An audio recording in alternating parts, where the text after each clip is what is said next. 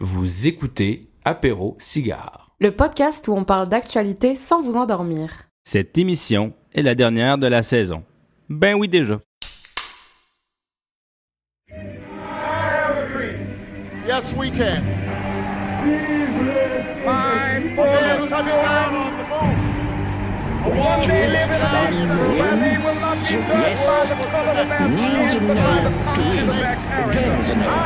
Je vous demande de vous arrêter. C'est de la poudre de perlimpinpin. Au secours!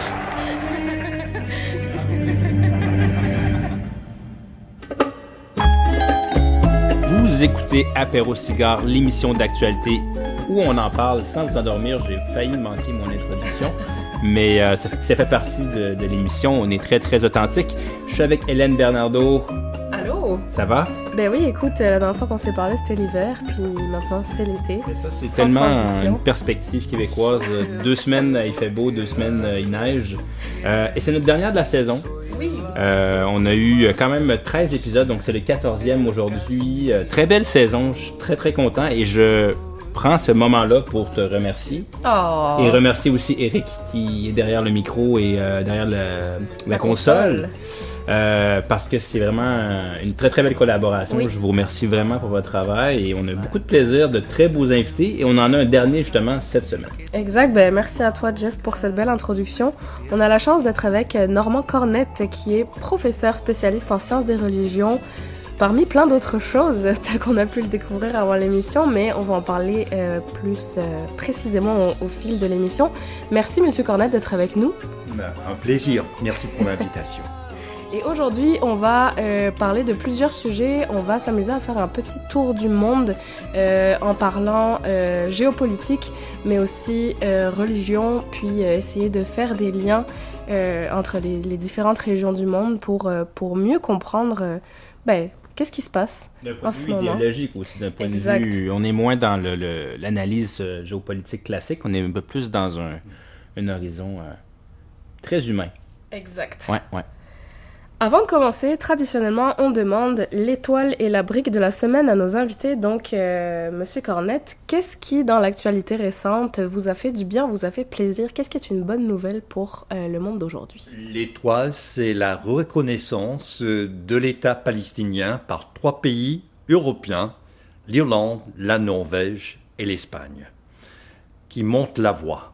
Surtout à l'Union européenne, qui est mitigée sur ces questions-là, pour des raisons historiques, dans le cas de l'Allemagne, qui a un engagement suite à l'Holocauste, mitigé du côté de la Grande-Bretagne, qui est à l'origine, n'est-ce pas, du mandat justement dans cette région. Donc, pour moi, j'espère de mon vivant voir la naissance de l'État palestinien. Je suis né en 1950, donc 2 ans après la création d'Israël. Ce conflit éternel jette l'ombre sur ma vie, sur mon existence. Est-ce que c'est une surprise que l'Irlande, l'Espagne et la Norvège? La Norvège. La Norvège, pour des raisons bien compréhensibles, il y a les accords Oslo. Donc, ce pays scandinave qui est à l'avant-garde, et cela de plusieurs façons. C'est un pays qui a des ressources pétrolières incroyables, mais au lieu que les grandes compagnies internationales, transnationales, pétrochimiques en profitent, eh bien, ils investissent dans l'éducation. Ils investissent dans les soins médicaux, ils investissent dans les résidences pour les aînés. Or, ce modèle, cette reconnaissance miroite la mentalité norvégienne. Dans le cas de l'Irlande, ça se comprend très bien, oui, avec l'histoire tragique. L'Angleterre, la Grande-Bretagne se servaient de l'Irlande comme... c'était comme une bagatelle et marcher dessus pendant des siècles. Et si vous connaissez l'histoire religieuse, entre autres, de l'Irlande, des massacres de la part des protestants anglais. Je pense à celui qui était chef au XVIIe siècle, Oliver Cromwell, qui était chef d'État, qui avait décapité le roi Charles Ier. Eh bien, pour lui, les catholiques étaient démoniaques. C'était du diable, il fallait les tuer, les exterminer. Et c'est ce qu'il a fait. Il était aussi un général hors pair. C'est une des raisons qu'il a conquis, qu'il a gagné cette guerre civile, qui est une guerre en fait religieuse, rappelons. Et dans le cas de l'Espagne, il faut comprendre que le gouvernement actuel, le Premier ministre, est socialiste avec une vision socio-démocrate qui veut dire que les valeurs, ce qu'on appelle en philosophie l'hiérarchie des valeurs, est bien différente que celle dont le capitalisme prime. Quand on pense au Premier ministre de la Grande-Bretagne, qui vient d'annoncer des élections le 4 juillet prochain, c'est évident qu'il y a là les intérêts, la vente des armes. Donc, c'est bon d'avoir un pays hispanique, chef du monde hispanique en quelque sorte. C'est très important que l'Irlande ait l'audace, parce qu'on parle en fait, l'Irlande et la Norvège, ce sont des petits pays. Et ce n'est pas pour rien qu'ils s'identifient avec les Palestiniens. Est-ce que être plus grand, plus gros, est nécessairement la meilleure façon de s'organiser sur le plan politique, sur le plan social? Alors, je crois qu'il y a là un enjeu entre le macro et le micro, qui est très intéressant quand on regarde la géopolitique mondiale. Puis, est-ce que, donc, 3 petits pays, ou on pourrait dire 3 pays qui n'ont peut-être pas nécessairement un rôle géopolitique majeur sur l'échiquier mondial en ce moment, est-ce que ça a vraiment un impact qui va être suffisant quand on regarde les États-Unis qui sont, encore une fois, les grands défendeurs d'Israël? On parle de la Grande-Bretagne, de la France également, qui ne se sont pas vraiment prononcés contre. Est-ce que ça peut faire pencher le poids dans la balance, en fait? Mais en fait, on cherche des chefs qui vont montrer la voie de l'avenir. Il faut qu'il y ait des gens, voire des pays, qui sont prêts à aller contre-courant.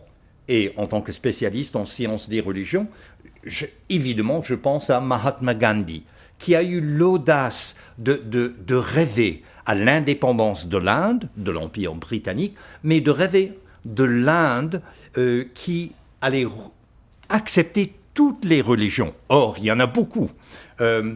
Et étrangement, ce n'est pas un musulman qui a tué, qui a assassiné Mahatma Gandhi, c'était un hindou nationaliste, extrémiste. Et quand on regarde la politique actuelle avec les élections en cours en Inde avec Modi, eh bien, c'est la renaissance du nationalisme hindou qui veut faire de cet énorme pays, la plus grande démocratie sur la planète Terre, qui veut en faire le paradigme de l'hindouisme. Alors qu'il y a plus de 200 millions de musulmans, sans parler des bouddhistes et d'autres. Alors, je crois que quand on voit large, ça nous aide à mieux comprendre les enjeux de la géopolitique actuelle. Beaucoup de choses à dire sur cette belle étoile. Au contraire, un événement qui vous a peut-être fâché, contrarié, une actualité négative, mettons, votre brique de la semaine. Alors, pour en parler, je vais d'abord enchaîner avec le nationalisme hindou de Modi, le Premier ministre, parce qu'il y a plusieurs nationalismes religieux en cours actuellement. Il y a le nationalisme islamique, Hamas, Djihad, l'État islamique. Il y a aussi le nationalisme juif des colons en Cisjordanie. Tant et aussi longtemps qu'on ne se rend pas compte de cette synergie entre la politique et la religion, on ne comprendra pas ce qui se passe à l'heure actuelle. Et pour cette brique dont vous parlez, c'est de voir mes compatriotes aux États-Unis qui sont divisés, divorcés sur le plan idéologique, sur le plan politique, c'est-à-dire le Parti républicain, le Parti démocrate, mais finalement, ces deux partis sont d'accord, on va poursuivre, on va sanctionner la Cour pénale internationale. Et les démocrates et les républicains sont prêts à sanctionner la Cour pénale internationale à cause des mandats d'arrêt de la part du procureur. Or, figurez-vous, on va criminaliser la Cour pénale aux États-Unis. C'est très fort. Donc, on criminalise ce qui est supposé être un organe de justice internationale. C'est un peu paradoxal quand même. C'est très américain. Ça s'en va vers où, à votre avis? Quelles vont être les suites de cette histoire? De la question de la Cour pénale internationale. Exact. En fait, on est là devant les changements dans l'ordre mondial. Suite à la Deuxième Guerre mondiale, il y avait la guerre froide, n'est-ce pas?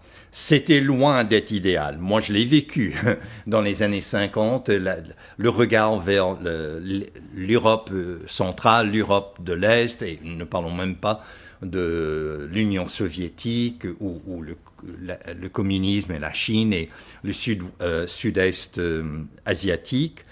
Mais il y avait un équilibre, plus ou moins. Mais cet ordre, on dirait que ça ne marche plus.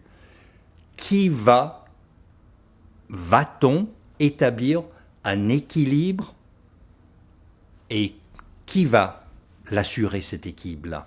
Donc, ce sont des questions que je me pose, et d'autant plus, vous savez, au 19e siècle, au début du 20e siècle, on parlait de l'impérialisme. On n'en parle pas maintenant, mais quand je regarde la Chine, la République populaire de la Chine actuelle, quand je regarde la Russie de Poutine, c'est tout comme l'impérialisme. Alors, y a-t-il là un renouveau, une renaissance de l'impérialisme avec des gouvernements encore plus autoritaires, sinon totalitaires, et dans le cas de la Chine et dans le cas de la Russie? Le nouveau président de Taïwan vient de faire un discours. Eh bien, la Chine populaire vient de l'entourer d'avions chasseurs. C'est une menace à peine voilée. Alors vous mettez le couteau à la gorge d'une démocratie qui marche très très bien.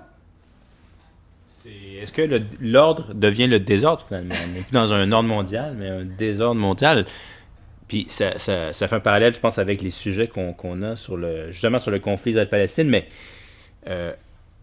l'ordre, donc la Pax Americana on parle terminé, on est dans un ordre maintenant multipolaire où il y a une rivalité, un jeu d'échecs entre plusieurs puissances, et on veut redéfinir peut-être la pensée mondiale qui était sur la démocratie vers effectivement un autoritarisme, des gros États autoritaires. Est-ce que ça serait ce serait ça, en fait? On redéfinit ce qui était l'ordre mondial depuis...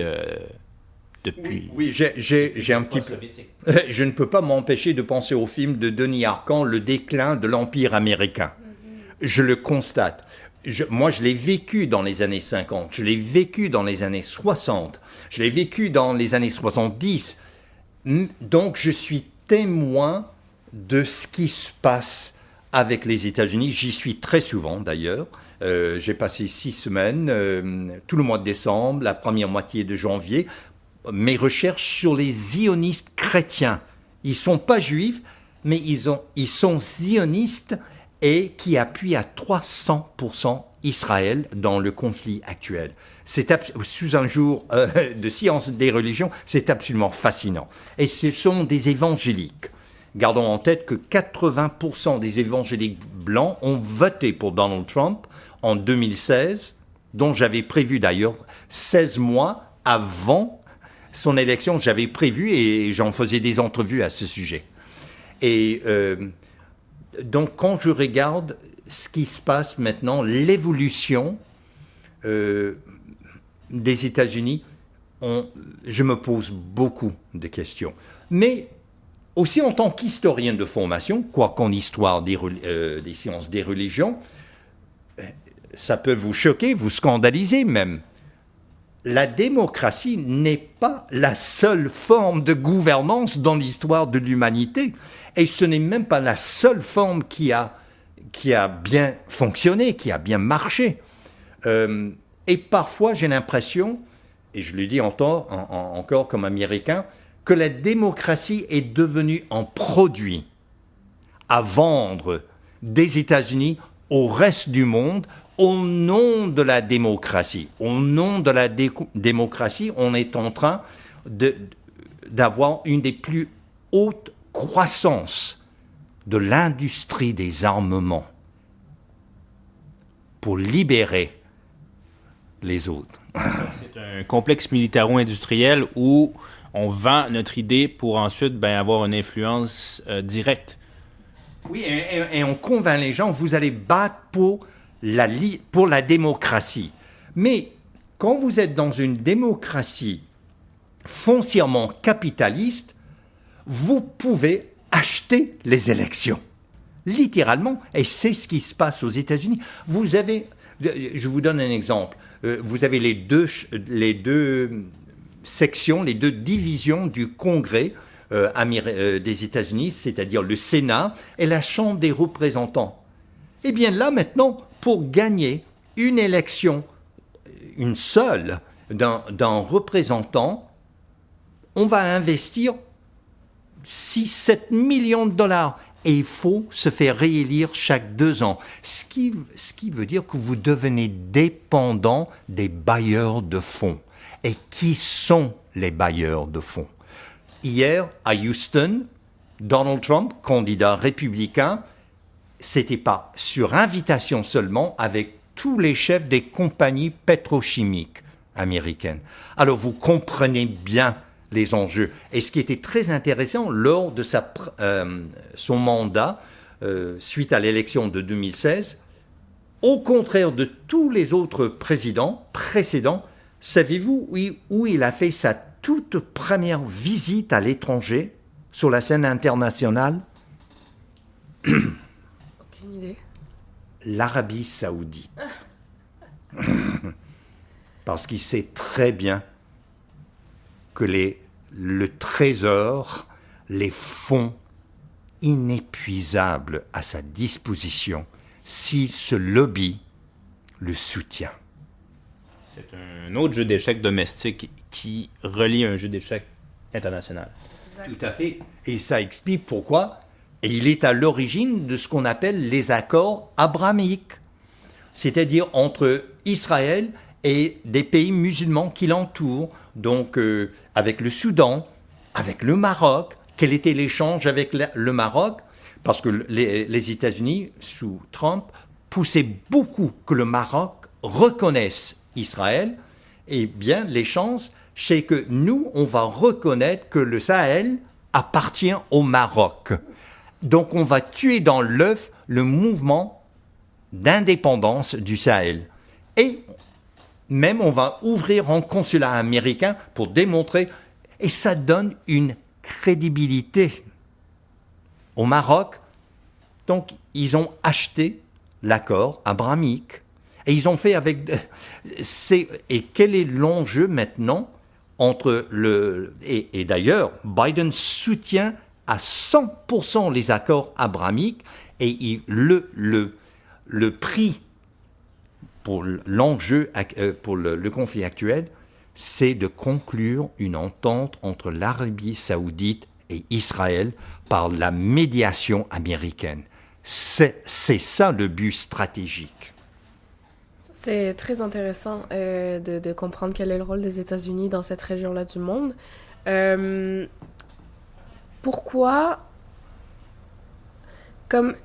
Qui pense quoi là-dedans? Où est rendue l'Arabie Saoudite dans sa relation avec Israël, justement? Est-ce que la confrérie des pays musulmans existe encore? Est-ce que l'Iran qui vient mettre son nez là-dedans? Qu'est-ce qui se passe? Parce que ce qu'on voit dans l'opinion publique, c'est que c'est extrêmement divisé, mais ce qu'on voit au niveau des gouvernements, c'est qu'il y a encore très très peu de choses qui sont dites ou d'actions qui sont faites.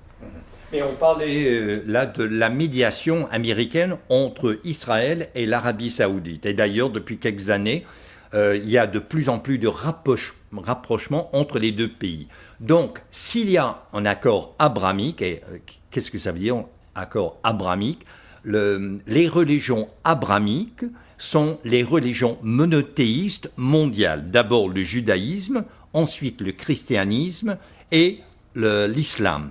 Donc, c'est ce qu'on appelle en sciences des religions les religions abrahamiques. D'où les accords abrahamiques. Et pour ceux et celles qui pensent qu'on peut évacuer là les religions de l'échiquier politique, il faut vraiment y réfléchir. À quel point là les religions demeurent un principe opérateur de la politique en 2024. Et c'était ça l'illusion de l'âge des Lumières, donc du XVIIIe siècle, Diderot, Voltaire, Rousseau, Condorcet et d'autres, dans leur esprit, qui était un esprit étroitement occidental, je tiens à souligner, la religion allait naturellement disparaître et ça sera le règne de la raison, de la logique. Or, c'était peut-être vrai dans un certain cas dans l'Occident, mais dans le reste du monde, la religion demeure quelque chose qui est très cher et qui est même qui sert de façon dynamique dans l'organisation de la société, de la gouvernance et de la communauté, aussi bien locale qu'à l'échelle nationale. Ça va peut-être paraître, parce que je suis en train de refaire des recherches justement là-dessus, donc ça va me parler en davantage, mais pourquoi l'Occident s'est sécularisé alors que d'autres régions du monde ne l'ont pas fait? Est-ce qu'il y a des conditions, des facteurs qui s'est créé? Pourquoi l'Occident en particulier? Quelle belle question! On a juste 50 minutes. En fait, l'âge des Lumières du XVIIIe siècle est la succession des guerres de religion en Europe. S'il n'y avait pas la religion, si on fonctionnait uniquement avec la science, avec la raison, avec la logique, eh bien là, finalement, les êtres humains pourraient réaliser l'utopie dont ils parlent depuis le jardin d'Éden.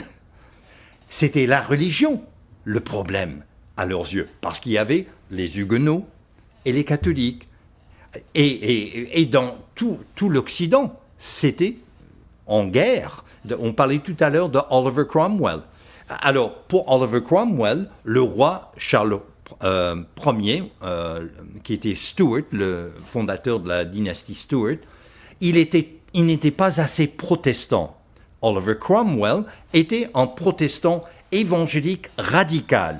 Et on ne peut point comprendre ce qui se passe dans la politique américaine si on ne se rend pas compte qu'aux yeux des évangéliques, aux yeux des protestants radicaux, il ne suffit pas de diffuser l'évangile, il faut que la Bible devienne la loi du pays.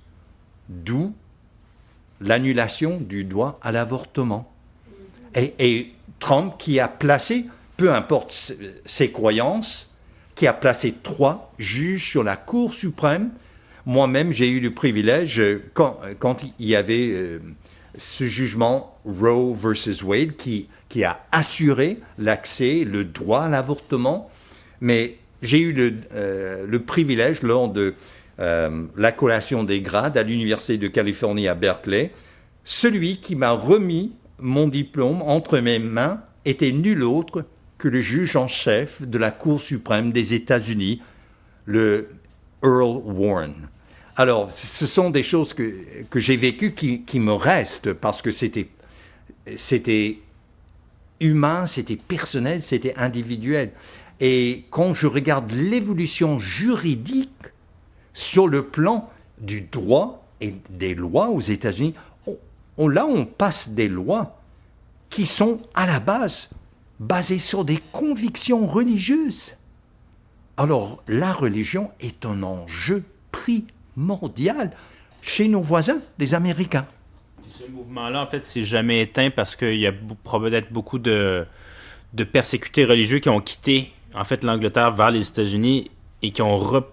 Donc, les Mormons, d'autres groupes qui ont reperpétué un mouvement, en fait, de croyances religieuses, on pourrait dire très rigoristes. Et ce mouvement-là est encore très présent aux États-Unis, c'est ce que je comprends. Oui, c'est-à-dire ceux qui ont quitté l'Angleterre se percevaient comme persécutés des réfugiés religieux. Donc, ils sont allés aux États-Unis pour construire, établir la Nouvelle Jérusalem. C'est très, très intéressant. Et un petit correctif, les saints de Jésus-Christ des derniers jours, le titre officiel des Mormons, c'est une religion qui est née aux États-Unis pendant le 19e siècle. Et donc, qu'est-ce qui est unique dans les phénomènes religieux aux États-Unis? C'est cette idée de l'exceptionnalisme. Nous, on fait exception à la règle. On est les élus de Dieu. Nous, c'est pour fonder la cité de Dieu. Et c'est la raison que les évangéliques blancs s'identifient tant avec Israël, avec le peuple juif, le peuple élu, le peuple divin, le peuple de Dieu. J'étais là où je fais des recherches, j'étais à Bakersfield, dans le sud de la Californie, dans une grande église des zionistes chrétiens. Et il faut comprendre parce qu'ils sont persécutés ou ils se perçoivent comme ils doivent être des guerriers de Dieu, le pasteur de l'église a un garde de corps armé. Et au deuxième étage de l'église, vous avez 4 hommes avec des mitraillettes. Parce que pour eux, il faut être prêt à défendre la vérité divine et le royaume de Dieu qu'on veut établir. Alors, cette synergie entre l'industrie des armes et la religion. Et on le voit également chez les colons juifs en Cisjordanie. C'est incroyable parce que je suis française, donc j'ai été élevée avec l'idée que la République avait un statut d'exception et que la religion appartenait à l'intime et que la politique n'était pas dictée par la religion. Évidemment, c'est une autre forme de croyance qui se base aussi sur ce qu'on peut voir dans d'autres religions.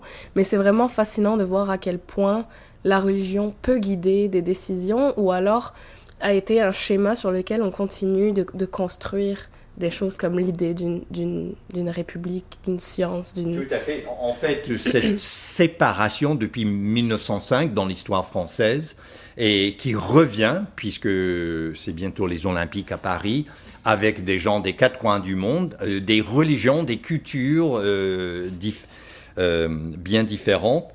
Le premier principe, c'est qu'on peut diviser, dichotomiser, divorcer l'espace public et l'espace privé. Or, ce que l'histoire nous démontre, et l'actualité encore plus, qu'il s'agit là de ce que j'appelle une fausse dichotomie. L'être humain est un tout, un ensemble. Comme on disait autrefois en Suisse, l'être humain est entier. Or, cette idée qu'on va diviser, sectionner, séparer, c'est ce que j'appelle une fausse dichotomie. Le vouloir, l'élan de la laïcité, de la République, surtout depuis la fin du 19e siècle,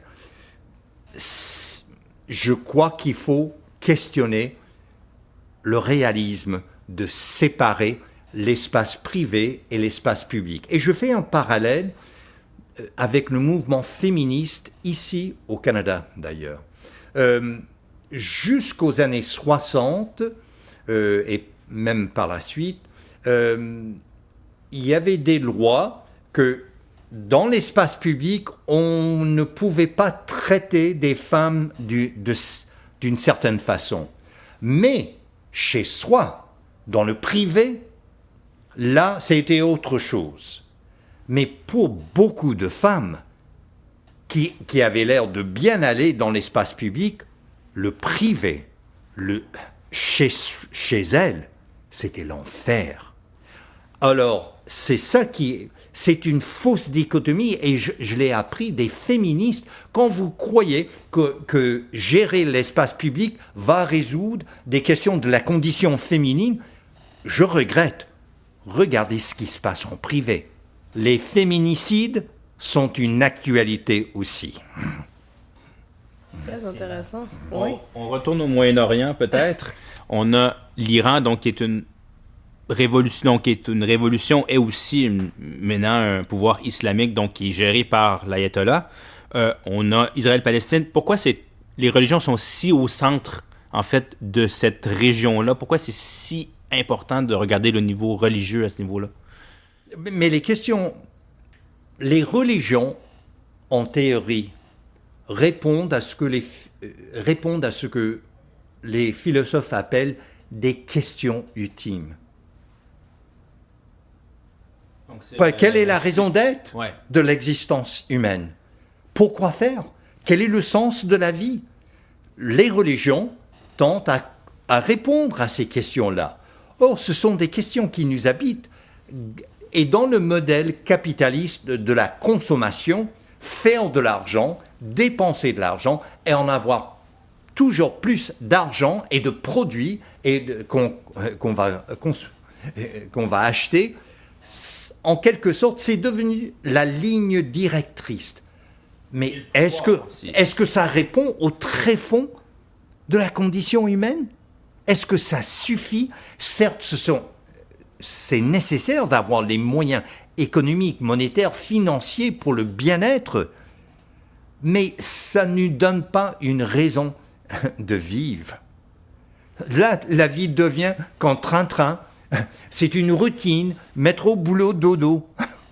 Et en soi, ce n'est pas assez. C'est ça qui expliquerait peut-être les niveaux de dépression ou de... Mais ça explique... vous savez, dans le mouvement écologique, on parle de ce qui est durable.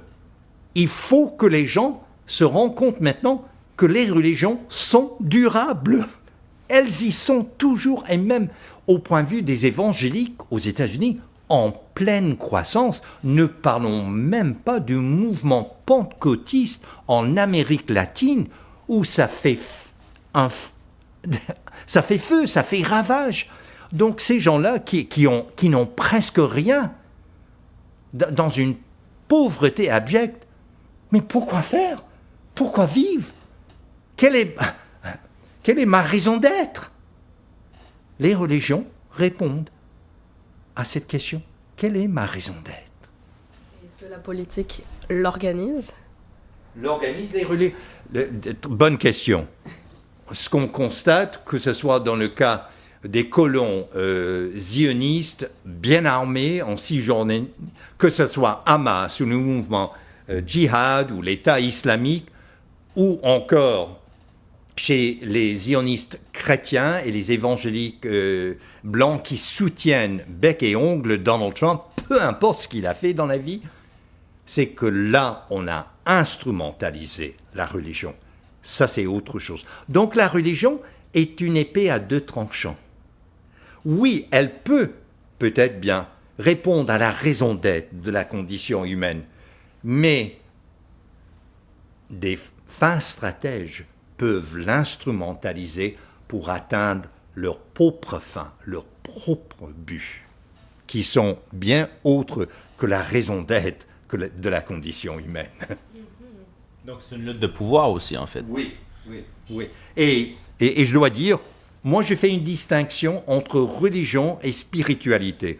Je suis également critique d'art et commissaire, et je me suis rendu compte quand j'entre dans l'atelier d'un artiste, c'est comme entrer dans le lieu très saint, dans un espace sacré. Et pourquoi? Parce que l'artiste communie avec soi-même, se questionne, se cherche. Comme disent les Premières Nations, l'artiste est en quête spirituelle par le moyen des arts. Donc ça, c'est très très valable. Mais pour moi, ce qui démarque les religions, au contraire de la spiritualité, qui correspondent aux rêves, aux visions, aux songes, aux désirs les plus profonds et à la réalisation de ce qui nous est le plus cher. Pour moi, une religion a quelques paramètres. D'abord, l'autorité. Il y a toujours des autorités dans les religions. Deuxièmement, des lois, des règles. Troisièmement, il y a une hiérarchie qui est établie. Et donc, quand on regarde... Et en dernier, ce qui explique l'importance de la Torah chez les Juifs ou du Coran chez les musulmans ou la Bible chez les chrétiens, il y a dans chaque religion dogme et doctrine. Ça, c'est bien autre chose que la spiritualité. Donc, je fais une distinction nette et claire entre religion et spiritualité. Et les religions, on peut les instrumentaliser. Au nom de la spiritualité, il y a bien des charlatans, des fraudeurs, des gourous. Moi, je les ai vus, d'ailleurs, je les ai vus sur le campus de l'Université de Californie à Berkeley, au nom de la transcendance, au nom de la spiritualité la plus profonde, au nom de la guérison de la condition humaine, suivez-moi. Et toujours, suivre voulait dire se donner, donner son argent. Donc, et les évangéliques l'ont très bien compris. Donc, qu'est-ce qu'ils ont fait en réponse? Les téléévangélistes, qui est devenu un phénomène. C'est-à-dire qu'à la télévision ou... Oui. Ah oui, mais eux, ils ont des millions de partisans. D'ailleurs, quand vous allez aux États-Unis, vous regardez la télévision de câble, vous allez voir littéralement 100 canaux et plus. Et ce sont des téléévangélistes qui, eux, ont compris, si vous vous présentez comme un genre de chef spirituel, de gourou, vous avez la clé de la connaissance qui est ésotérique, que personne ne comprend, mais moi je comprends la Bible. Et ça, je fais le lien avec les zionistes chrétiens. Quel est le principe opérateur du zionisme chrétien chez les évangéliques? La prophétie.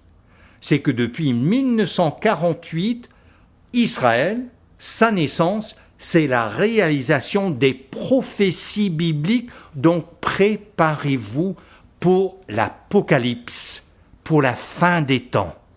Donc la prophétie devient vraiment tout un pan d'idées qui attire les gens. Chez les zionistes chrétiens, ils sont tellement convaincus qu'on est au seuil de la fin des temps, de l'Apocalypse, de l'Armageddon. Et pour eux, ce qui se passe entre Israël et Hamas, c'est les prémices de l'Armageddon. Donc, dans leur maison, ils ont en storage assez de nourriture pour des mois et des mois. Parce que ça m'a rappelé quand j'étais tout jeune avec la menace nucléaire. Il fallait avoir un abri contre une attaque nucléaire. Il fallait avoir assez de nourriture. C'est encore cette mentalité de la fin des temps, ce qu'on appelle en théologie eschatologique. On est dans les derniers jours. Donc, qu'est-ce qui devient important à ce moment-là? Ce que j'appelle la tyrannie de l'urgent. C'est ça, c'est pas... Ouais, c'est très intéressant, toutes les parallèles, parce que, justement, et notamment dans le cadre des sionistes chrétiens, est-ce que la chrétienté, c'est pas l'amour? Et pourquoi ne pas viser l'amour? Et donc, pourquoi soutenir ou pas un conflit? Puis est-ce que l'Israël de ce 21e siècle, c'est l'Israël que on veut dans la Bible, dans la Torah? Waouh, vous avez de bonnes questions et des questions profondes. Alors, pour répondre à la question de l'amour, je me souviens, parce que j'ai vécu en Algérie à Oran, là où la ville natale d'Albert Camus, d'où d'ailleurs son livre La Peste, parce que si vous y allez, vous allez voir beaucoup de rats. Donc, il y a un monsieur à Oran qui m'a posé la question, puisque j'étais là avec beaucoup d'Américains, de Britanniques et d'autres. Et il a dit, vous savez, professeur Cornette, il y a un mot dans votre religion qui ne m'est pas familier. Ça ne fait pas partie de mon vocabulaire en tant que musulman. Et c'est le mot amour. C'était très, très intéressant. Et ça m'a révélé, en tant que spécialiste en sciences des religions, quelle est la pierre angulaire de quelques religions, monothéistes d'ailleurs, et de quelques mouvements actuels. C'est la loi. En grec, on appelle ça nomos. Donc, je les appelle des religions nomistiques, basées sur la loi. Certes, la loi divine. Or, dans le cas du judaïsme, c'est la Torah. Et la Torah, littéralement, c'est la loi de Dieu. Dans le cas de l'islam, le Coran, c'est la loi divine.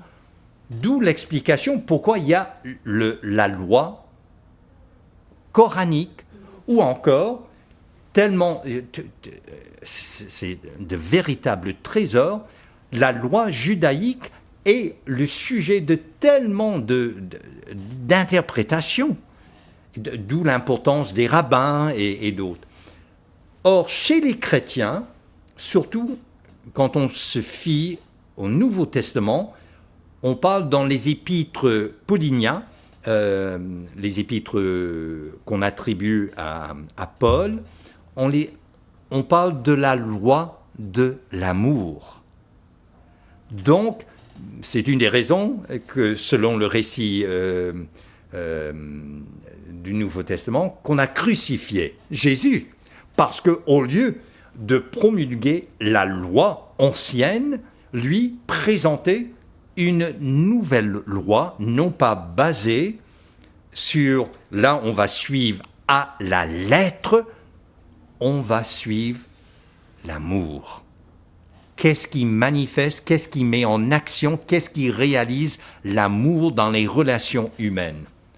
Or, il y a quelque chose de très très intéressant dans les mouvements des protestants et des évangéliques radicaux. Pour revenir aux premiers pèlerins qui ont quitté la Grande-Bretagne et qui ont fondé les États-Unis dans ce qu'on appelle la Nouvelle-Angleterre, ces gens-là, tout comme Oliver Cromwell, je tiens à souligner, Oliver Cromwell, au contraire de la plupart des chefs de l'Angleterre et de la Grande-Bretagne, Oliver Cromwell valorisait les Juifs. Les Juifs étaient toujours persécutés dans l'histoire d'Europe.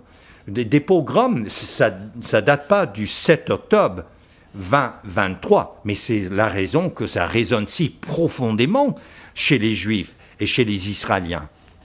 Les pogroms, ça faisait partie intégrante de la société médiévale d'Europe. Au contraire, Oliver Cromwell, il valorisait les Juifs parce qu'il dit « Notre vision comme chrétiens, c'est de devenir comme les Juifs de l'Ancien Testament. » Donc, là, il faisait valoir non seulement le Nouveau Testament, qui est vraiment le paradigme du christianisme, mais il valorisait les écritures hébraïques, qu'on appelle les chrétiens l'Ancien Testament. Donc il dit, il faut qu'on établisse une société basée sur la loi divine. Et ce n'est pas une coïncidence que là, l'étude de l'hébreu devenait une discipline très importante dans les études bibliques. On disait, mais si on ne comprend pas l'Ancien Testament, on ne va pas comprendre 3/4 de la Bible. Parce que le Nouveau Testament, c'est mince. Alors, quand vous avez recours aux écritures hébraïques, il y a une tendance de transformer cette religion qu'on appelle le christianisme en loi. D'où, par exemple, le droit canonique chez les catholiques. Et si vous regardez ce qui se passe chez les élus des États-Unis, je vous donne le sénateur Ted Cruz de mon État natif, le Texas. Il faut garder en tête, ce sont des gens qui ont fait des études poussées dans les meilleures universités en droit, c'est le cas de Ted Cruz. Mais pourquoi est-ce qu'il est entré en politique? La loi de Dieu, je vais la traduire en loi du pays. Ça va devenir la loi de l'État du Texas, ça va devenir la loi des États-Unis sur le plan aussi bien fédéral. Et ça explique toute cette poussée pour annuler le droit à l'avortement. Et les zionistes chrétiens, c'est exactement leur vision. Nous, on veut que la loi divine régisse non seulement notre Église, non seulement nos vies personnelles, l'espace privé, mais que la loi de Dieu soit là, au cœur de l'espace public, et qu'elle soit le fondement même de la société américaine. Donc c'est l'idée de, dans la mesure où la seule loi qui prévaut, c'est la loi divine, à ce moment-là, il faut l'organiser à travers la société. C'est la seule manière qu'il y ait un ordre logique. Et c'est pour ça qu'ils insistent et de légiférer dans le sens de la Bible. Figurez-vous, vous avez des sénateurs, vous avez des représentants. Nous, on veut promulguer des lois, on veut légiférer pour réaliser ce qui est écrit là dans les Écritures hébraïques. Ou là, ce qui était... Alors, là, vous comprenez leur regard envers les couples du même genre, du même sexe, le regard envers l'avortement, et j'en passe. Parce que pour eux, ça ne suffit pas de prêcher la Bible chaque dimanche à l'église. Ce qu'on prêche le dimanche à l'église, ça doit être la loi lundi matin, au travail. C'est dogmatique, en fait.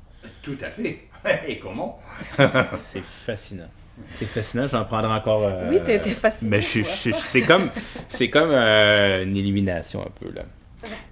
On va fonder la foi. On arrive à la fin de l'émission. Auriez-vous peut-être une recommandation artistique ou culturelle? Je sais que ça vous tient à cœur de part... Merci, parce que j'ai assisté jeudi dernier, donc il y a une semaine, au vernissage d'une exposition et le président d'honneur était nul autre que Raymond Chrétien, neveu du Premier ministre du Canada, Jean Chrétien, mais qui est quelqu'un en soi de très très intéressant. Raymond Chrétien était l'ambassadeur du Canada aux États-Unis, et d'ailleurs j'ai fait un atelier dialogique avec son prédécesseur, le général Jean de Chastelain, qui était également l'ambassadeur du Canada aux États-Unis.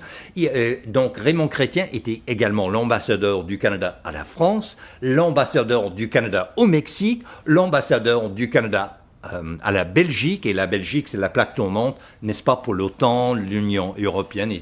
Donc des positions clés. Il était le président d'honneur d'une exposition au Centre Africa. Et c'est l'artiste qui est là sur la rue Saint-Hubert. L'entrée est libre, c'est ouvert au grand public.